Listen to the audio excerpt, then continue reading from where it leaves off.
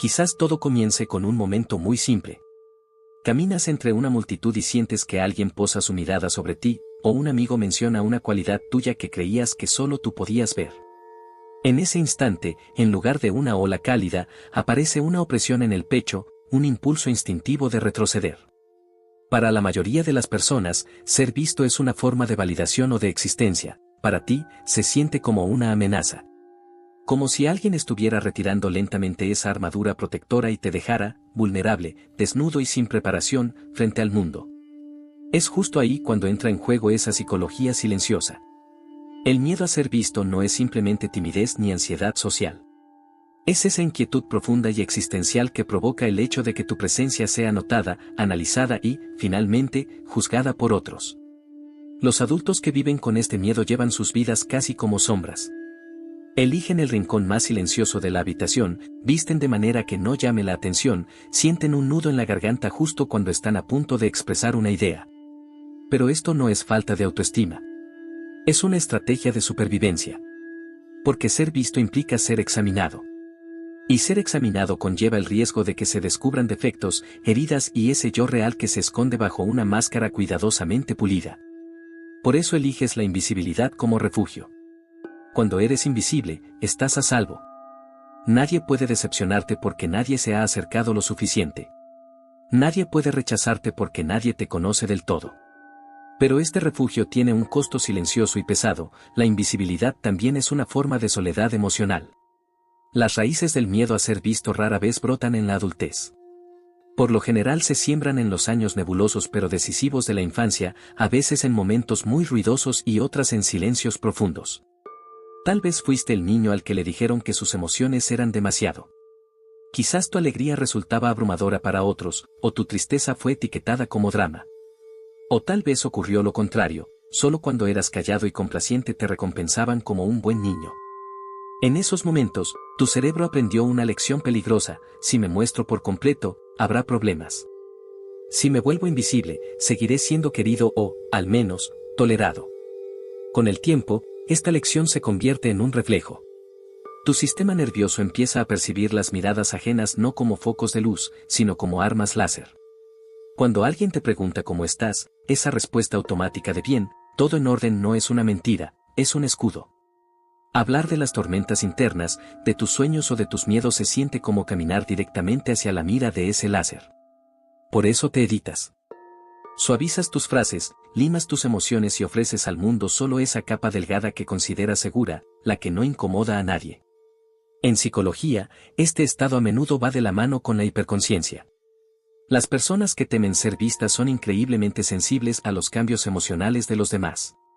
Perciben al instante cuando cambia el ambiente de una habitación, ese desplazamiento milimétrico en el tono de voz o el cansancio oculto en una mirada. Esta sensibilidad es un mecanismo de defensa. Si pueden analizar a los demás mejor que nadie, también pueden controlar con mayor precisión qué mostrar y cuánto mostrar. El control es el antídoto principal de este miedo. Mientras controles el relato de quién eres, crees que también gestionas el riesgo de salir herido. Pero el verdadero vínculo comienza donde termina el control. La conexión auténtica consiste en permitir que otro te vea no hasta donde tú quieras, sino tal como eres. Y ahí reside la tragedia. El adulto que huye de ser visto es, en realidad, el adulto que más desea ser visto. Anhela que alguien no todos esos muros, escuche el grito dentro del silencio y diga, te veo, y no me asusta lo que veo.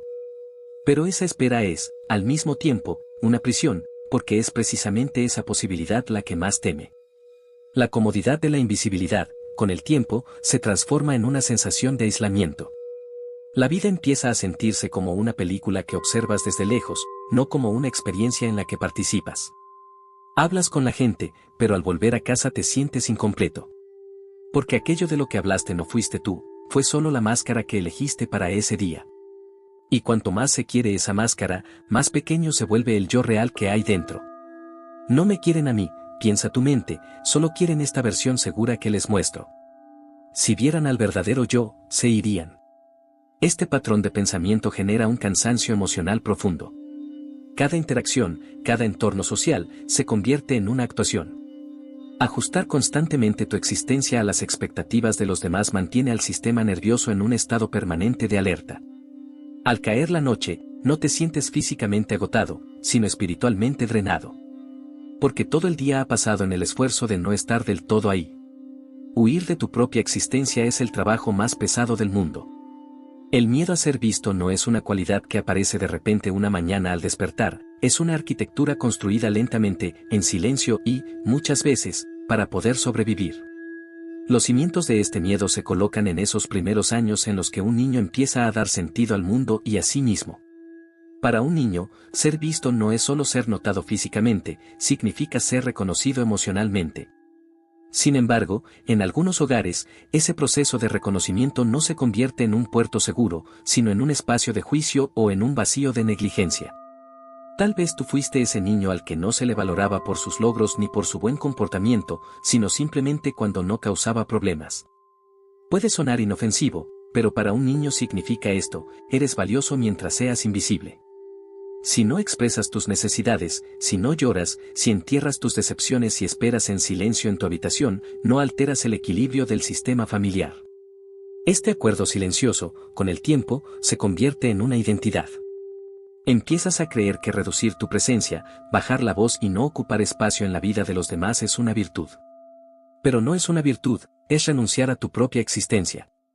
En otras historias, ocurre exactamente lo contrario. Ser visto no fue seguridad, sino amenaza.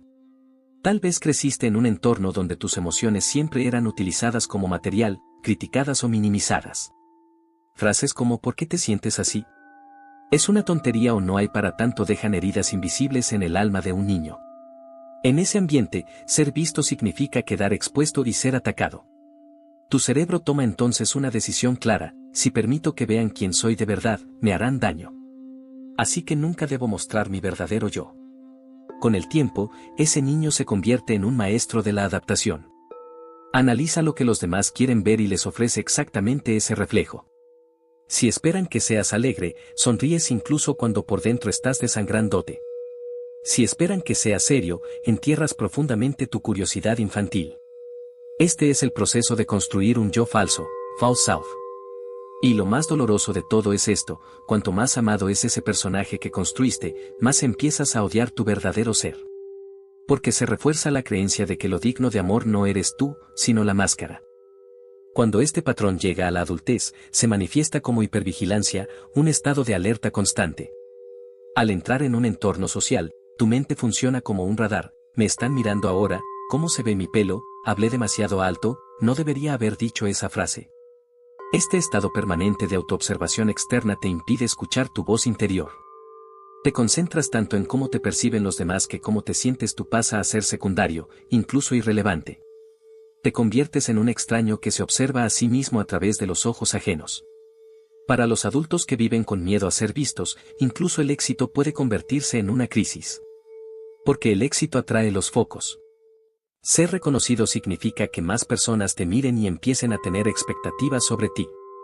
Por eso puedes elegir trabajos muy por debajo de tu potencial, evitar ascensos o esconder tus talentos. Esto no es un problema de incapacidad, es miedo a ser notado. Permanecer en la oscuridad se siente mucho más seguro que estar en la cima. En la cima todos te observan, en la oscuridad nadie puede ver tus errores ni ese lado defectuoso que escondes. Este miedo encierra tu identidad en una especie de zona gris. No estás completamente presente, pero tampoco ausente. En los grupos de amigos sueles ser el mejor oyente, porque escuchar es mucho más seguro que hablar y exponerte. Nadie tiene una idea muy profunda sobre quién eres, porque nunca abriste esa puerta.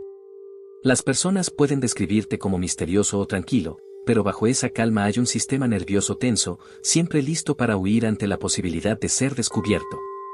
La identidad no se forma solo a partir de quienes somos, sino también a través del proceso de espejo que creamos con los demás. Si evitas ser visto, una parte de tu identidad siempre queda incompleta. Incluso las palabras que usas para describirte se construyen a partir de tus reacciones hacia otros: soy una persona adaptable, soy servicial, no causo problemas. Pero, si no tuvieras que adaptarte, ¿quién serías? Si no temieras causar problemas, ¿qué gritarías? Si no sintieras la obligación de ayudar, ¿qué sostendrían tus manos? Las respuestas a estas preguntas están escondidas en la oscuridad profunda que hay detrás de ese miedo. Al final de la parte 2, la verdad que se revela es esta: la invisibilidad puede protegernos de los demás, pero también nos separa de nosotros mismos. Los muros que construimos como refugio, con el tiempo, empiezan a convertirse en un ataúd en el que nos cuesta respirar. Mientras la vida fluye, tú no eres el protagonista de tu propia historia, sino parte del equipo técnico, el que se asegura de que todo funcione sin problemas, pero nunca aparece en escena. Y en algún lugar profundo de tu alma, ya no resuena el deseo de estar en el escenario, sino el anhelo de liberarte, al fin, del peso de esa máscara. Para un adulto con miedo a ser visto, el amor y la intimidad son como una cuerda imposible sobre la que hay que caminar. Una parte de sí desea ser amado, comprendido y que alguien toque su alma, pero la otra se aterra ante la idea de permitir que alguien entre, porque eso podría derrumbar todos esos mecanismos de defensa construidos durante años. Por eso, las relaciones no se convierten en un espacio para conectar, sino en un campo de gestión de la distancia. ¿Hasta dónde puedo acercarme sin dejar de estar a salvo? ¿Cuánto de mí puedo mostrar sin perder el control?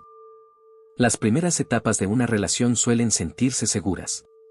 En ese momento solo ofreces el yo del escaparate. Tu mejor versión, tus frases más cuidadas, tus gestos más atentos están en escena. Pero a medida que la relación se profundiza y tu pareja empieza a tocar la puerta de esas habitaciones ocultas, aparece el pánico.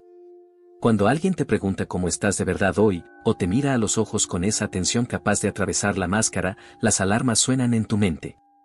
Porque, en ese punto, ser visto se vuelve sinónimo de ser evaluado y encontrado insuficiente.